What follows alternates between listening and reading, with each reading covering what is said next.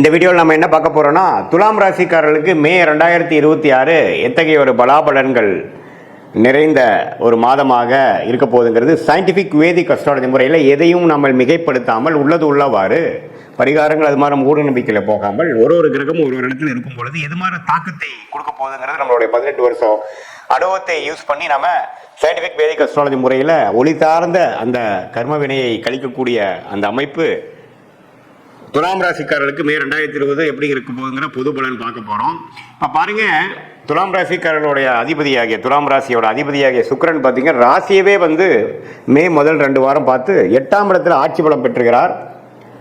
மே 15க்கு அப்புறம் அது ஒரு நல்ல விஷயம் தான். வரவேண்டிய வரவுகள், ஷேர் மார்க்கெட் போட்ட இன்வெஸ்ட்மெண்ட் மூலமாக, கணவனாக இருந்தால் மனைவி, மனைவியாக இருந்தால் கணவர், பங்குதாரர் மூலமாக வரக்கூடிய சில லாபங்கள் அதெல்லாம் கொடுக்கக்கூடிய அமைப்பு இருக்குது. துலாம் ராசிக்காரர்கள் கொஞ்சம் நல்ல லாபங்கள் வரக்கூடிய அமைப்புகள், பிரச்சனை இல்லாத அமைப்புகளாக இருக்குது. இதுவரை செவ்வாய் 6ஆம் இடத்துல இருந்து சில பிரச்சனைகள், உடல் உபாதைகள், சனியோட சேர்ந்து பிரச்சனை கொடுத்துட்டு இருந்த செவ்வாய் 7ஆம் இடத்துக்கு வருகிறார். ஸோ அதனால் கொஞ்சம் உடல் உபாதைகளால் பாதிக்கப்பட்ட சீனியர் சிட்டிசன் துலாம் ராசிக்காரர்களுக்கெல்லாம் கொஞ்சம் நிவர்த்தி வரக்கூடிய, உடல் ரீதியான சில தொந்தரவுகளிலிருந்து மீண்டு வரக்கூடிய அமைப்பு கண்டிப்பாக துலாம் ராசிக்காரர்களுக்கு இருக்குது. அதை நம்ம தெரிஞ்சுக்கணும். அடுத்தபடியாக பார்த்தீங்கன்னா புதன் 7ஆம் இடத்துல இருந்து ராசியை பார்த்துட்டு இருந்த புதன் இப்போ 8ஆம் இடத்துல போய் சுக்கிரனோட வீட்டில் சுக்கிரனோட சேருவது அருமை. ஸோ எகெயின் சில வெளிநாடு பிரயாணங்கள், தொழிலில் வரக்கூடிய லாபங்கள், பங்குதாரர் மூலமாக வரக்கூடிய லாபங்கள், ஷேர் மார்க்கெட்டில் உள்ள லாபங்கள், அதெல்லாம் கொஞ்சம் நல்ல விஷயங்கள் இருக்குது. அதே சமயத்தில் கல்யாண விஷயங்கள், வண்டி வாகனம், சுப விஷயங்கள் எல்லாமே நடக்கக்கூடிய அமைப்பு கட்டாயம் துலாம் ராசிக்காரருக்கு இருக்குது. ஸோ சூரியனும் பார்த்திங்கன்னா 7ஆம் இடத்துல உச்சம் பெற்று ராசியை 7ஆம் இடத்துல இருந்தது பார்த்திங்கன்னா 8ஆம் இடத்துல மாறுறாரு. ஸோ அதுவும் ஒரு அருமையான அமைப்பு. ஸோ இது மூலமாக என்ன தெரியுதுன்னா, இடமாற்றங்கள் உண்டு, சுப முதலீடுகள் உண்டு, வரவுகள் உண்டு, சில நிதி நிலைமைகள், பணம் போக்குவரத்து, வரவேண்டிய பணம் நமக்கு வரக்கூடிய அமைப்பு அதெல்லாமே கொஞ்சம் நன்றாக இருக்குதுன்னு சொல்லலாம். மீடியா துறையில் இருக்கிறவங்க, கலைத்துறையில் இருக்கிறவங்களுக்குலாம் நல்ல ரெகக்னிஷன் கிடைக்கும். குரு 9ஆம் இடத்துலேயே பாகிஸ்தானத்தில் இருக்கிறார், சனி 6ஆம் இடத்துல இருக்கிறார், ராகு 5ல் இருக்கார், கேது 11ஆம் இருக்கிறார். ஸோ இதில் எல்லாமே பார்த்தீங்கன்னா இப்போ எப்படி ஒரு மாதிரி அமைப்பு இருக்குன்னா, துலாம் ராசிக்காரர்களுக்கு 2026 மே மாதம் ஓரளவுக்கு இதுவரை சில விஷயங்கள் எதிர்பார்த்து நடக்காமல் இருக்கக்கூடிய விஷயங்கள்லாம் துலாம் ராசிக்காரர்களுக்கு கொஞ்சம் மெல்ல நாம் நினச்சது ஒன்று வேறு மாதிரி நடந்துருச்சு. ஆனால் இருந்தாலும் பரவாயில்லைங்கிற மாதிரி சில பெனிஃபிட்ஸ் உண்டு.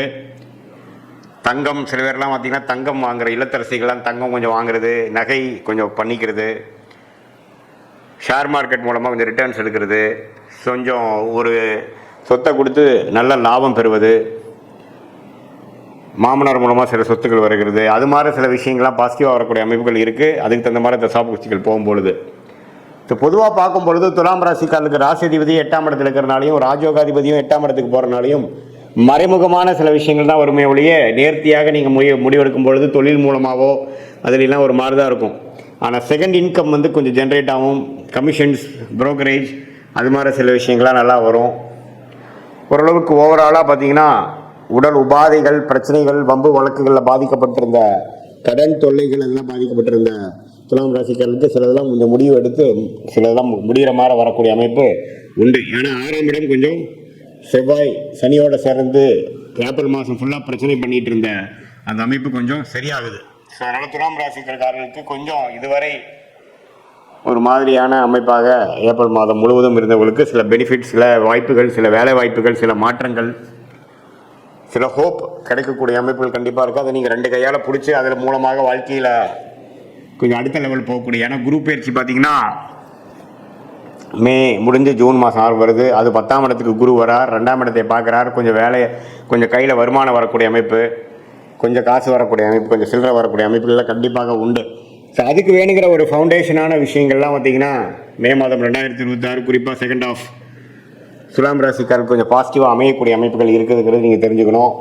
இது பொதுவான பலனை தவிர உங்களுடைய ஜென்ம ஜாதகத்தில் நீங்கள் என்ன தசாபுக்திகள் போய்கொண்டிருக்கிறது, பிறந்த நேரம், பிறந்த தேதி, பிறந்த ஊரை வைத்து திருக்கணித பஞ்சாங்கம் பிரகாரம் நம்ம ஒரு ஜாதகத்தை போட்டு அதில் நம்ம துல்லியமாக பார்க்கும் பொழுது அதில் எது மாதிரி அமைப்புகள் போய்கொண்டிருக்கிறது, எந்த மாதிரி லக்னத்தில் பிறந்தீங்க, அந்த லக்னாதிபதி எப்படி இருக்கிறார், திக்பலம் இருக்கா, ஸ்தானபலம் இருக்கா, திருக்பலம் இருக்கா, நீங்கள் வந்து சுவாதி நட்சத்திரத்தில் பிறந்தீங்களா, விசாக நட்சத்திரத்தில் பிறந்திருக்கீங்களா, அல்லது சித்திரை நட்சத்திரத்தில் பிறந்தீங்களா, இப்போ என்ன தசாபுக்திகள் போய் கொண்டிருக்கிறது, தசநாதனும் புக்திநாதனும் எது மாதிரி அமைப்பில் இருக்கிறாங்க, இது மாதிரி விஷயத்தெல்லாம் சேர்த்து வைத்து தான் நம்ம பார்க்கும் பொழுது அடுத்து வரக்கூடிய ஷார்ட் டேர்ம், அடுத்து வரக்கூடிய லாங் டேர்ம், 3 மாதம், 6 மாதம், 1 வருடம், அடுத்த 2 வருடம்லாம் எது மாதிரி ஒரு தாக்கத்தை கொடுக்கக்கூடிய அமைப்பாக நம்ம வாழ்க்கை திசை திரும்புகிறது, எது மாதிரி சாய்ஸஸ் எடுக்கலாம், எது மாதிரி டைமில் சில முடிவுகள் எடுக்கலாம், எந்த நேரம் எப்படி நம்ம காட்டுது,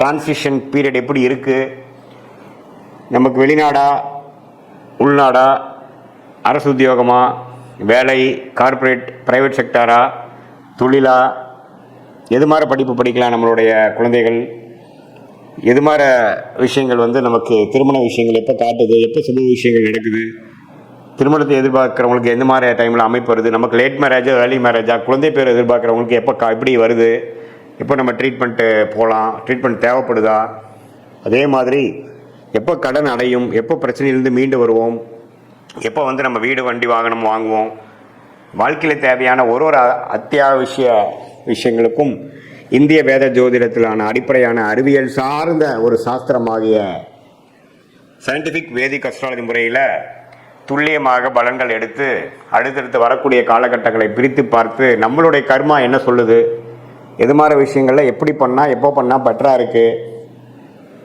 அப்படிங்கிறதெல்லாம் துல்லியமாக பார்த்து அதுக்கு தகுந்த மாதிரி முறையில் நம்மளோட வாழ்க்கையை அமைத்து கொண்டே ஆனால் நம்ம கண்டிப்பாக தேவையற்ற பொருள் விரயங்கள், தேவையற்ற சமய விரயங்களை தவிர்த்து எதிர்நீச்சல் போடாமல் வாழ்க்கையில் எளிதில் நம்மளால் வெற்றி பெற முடியும். அது மூலமாக நல்ல பலாபலன்களை நம்மளால் ஃபேஸ் பண்ணி தேவையற்ற மன கசப்புகள், விரக்திகள், தோல்விகளை தவிர்த்து அந்தந்த நேரத்தில் அந்தந்த விஷயங்கள் பொறுமையாக செய்து வாழ்க்கையில் எளிதில் நம்மளால் நம்மளுடைய கர்மாவின் பிராப்தங்கள் என்ன, தோஷங்கள் என்ன, யோகமான பிளானட்ஸ் என்னவாக இருக்குது, எந்த நேரம் வரைக்கும் நம்ம காத்து கொண்டு இருக்கணும், எப்போ நம்ம வேகமாக போகணும் அப்படிங்கிறதுலாம் சயின்டிஃபிக் வேதிக் அஸ்ட்ராலஜி முறையில் அந்த ஒளி தத்துவம், எது மாதிரி ஒளி கொடுக்கக்கூடிய கிரகமாகிய குரு, சுக்கிரன், பௌர்ணமி, சந்திரன், இதெல்லாம் நம்மளோட ஜாதகத்தில் எந்த நேரத்தில் வந்து செயல்படுகிறது, எப்போ வரைக்கும் காத்திருந்து நம்ம செயல்படலாம்